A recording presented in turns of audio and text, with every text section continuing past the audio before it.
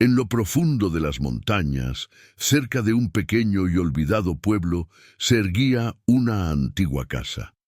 No era de esas que infunden miedo a primera vista.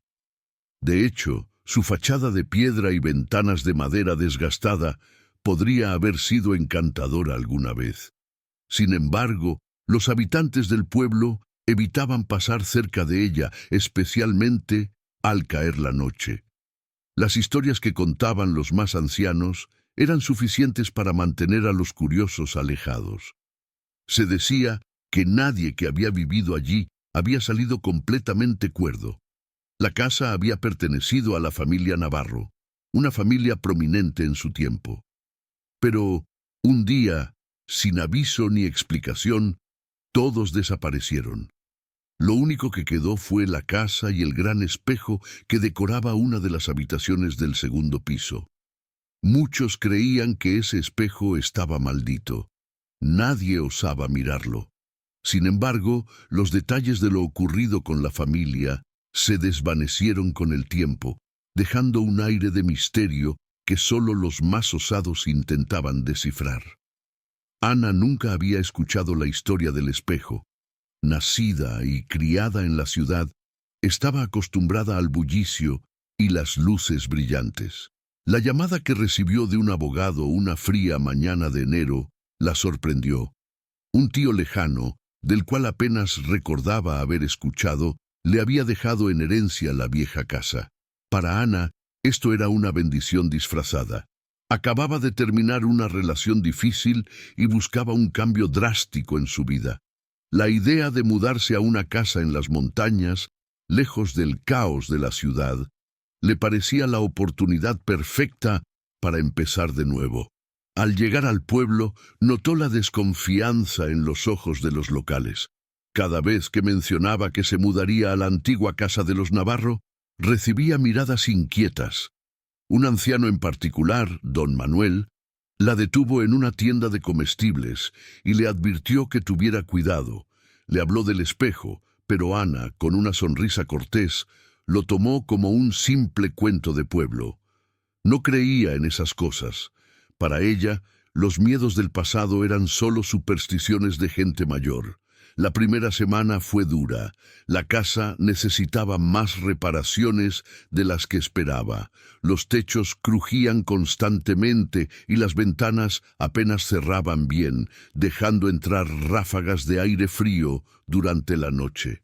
En su segunda tarde allí, mientras limpiaba las habitaciones del segundo piso, Ana descubrió el espejo del que tanto le habían hablado. Estaba cubierto por una manta gruesa y desgastada por el tiempo. Intrigada, Ana retiró la manta y lo observó. El espejo era enorme, con un marco dorado adornado con figuras grabadas de serpientes entrelazadas. El vidrio en sí parecía antiguo, con un ligero tinte oscuro que le daba una profundidad extraña, como si no solo reflejara su imagen, sino también algo más. Esa noche, mientras intentaba dormir, escuchó pasos. No en la casa, sino justo detrás de su puerta, como si alguien caminara por el pasillo. Al levantarse para investigar, no encontró nada. Achacó el sonido al viento o quizás a su imaginación, pero no pudo negar que desde el momento en que había destapado el espejo, algo en la casa había cambiado. Los sueños empezaron poco después. Cada noche, Ana soñaba que estaba frente al espejo, pero su reflejo no era el suyo. La figura en el espejo tenía los mismos rasgos que ella, pero los ojos estaban vacíos, como dos abismos que no mostraban vida alguna. Lo más inquietante era el leve susurro que acompañaba al reflejo, como si alguien en el espejo intentara hablarle, pero en un idioma que no podía entender. A veces, en esos sueños, veía a la familia Navarro. Se movían por la casa, pero sus rostros estaban borrosos, distorsionados, como si el espejo estuviera absorbiendo lentamente su esencia. A la mañana siguiente, Ana intentaba convencerse de que eran solo sueños, pero el cansancio acumulado y la sensación de que algo la observaba cada vez que entraba en la habitación del espejo se hacían más difíciles de ignorar. Conforme pasaban los días, Ana comenzó a notar pequeños fenómenos inexplicables. Los espejos en la casa, incluso los más pequeños, empezaban a empañarse sin razón aparente, como si alguien estuviera respirando sobre ellos. Las sombras en la casa parecían moverse por su cuenta. En varias ocasiones, creyó ver una figura oscura reflejada en el espejo, siempre al borde de su visión. Una tarde, mientras limpiaba la cocina, la radio se encendió sola, emitiendo un sonido distorsionado. No era música ni voces, sino un zumbido que le heló la sangre. Cuando intentó apagarla, el zumbido se intensificó hasta que la desenchufó completamente. Esa noche, Ana decidió investigar más sobre la historia de la casa. Visitó la biblioteca del pueblo, donde encontró antiguos registros sobre la familia Navarro. Según los informes, el patriarca de la familia, don Ezequiel Navarro, había sido un hombre adinerado y respetado, pero en sus últimos años se obsesionó con el ocultismo. Se decía que realizaba rituales frente al gran espejo, buscando comunicarse con espíritus antiguos. Las noches se hicieron más inquietantes. Una vez, mientras dormía, Ana despertó sintiendo que alguien estaba en su habitación.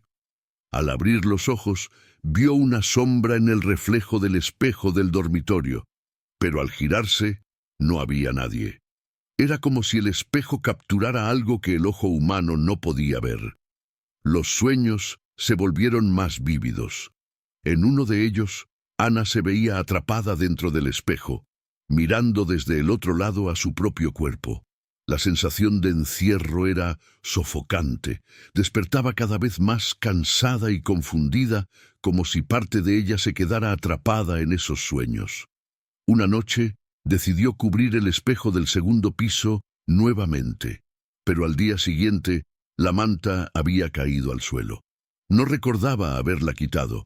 A medida que avanzaban los días, la obsesión por el espejo crecía.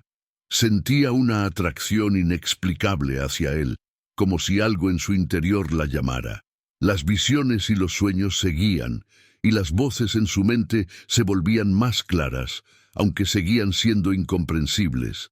Carla, la mejor amiga de Ana, decidió visitarla para ver cómo estaba. Habían hablado poco desde que Ana se mudó, y Carla había notado un cambio en su amiga. Al llegar a la casa, Carla sintió una incomodidad inmediata, pero intentó ignorarla. Ana, aunque agradecida por la visita, no podía ocultar su creciente paranoia. Intentó contarle a Carla sobre los fenómenos extraños, pero Carla solo sonrió, pensando que su amiga estaba abrumada por el aislamiento. Una noche, después de cenar, Carla insistió en subir al segundo piso. Ana, nerviosa, intentó disuadirla, pero no pudo evitar que Carla encontrara el espejo. Carla se quedó frente a él, fascinada. Se acercó lentamente, como hipnotizada, y justo cuando extendía la mano para tocar el cristal, Ana intervino, jalándola de vuelta. Algo en el espejo había cambiado.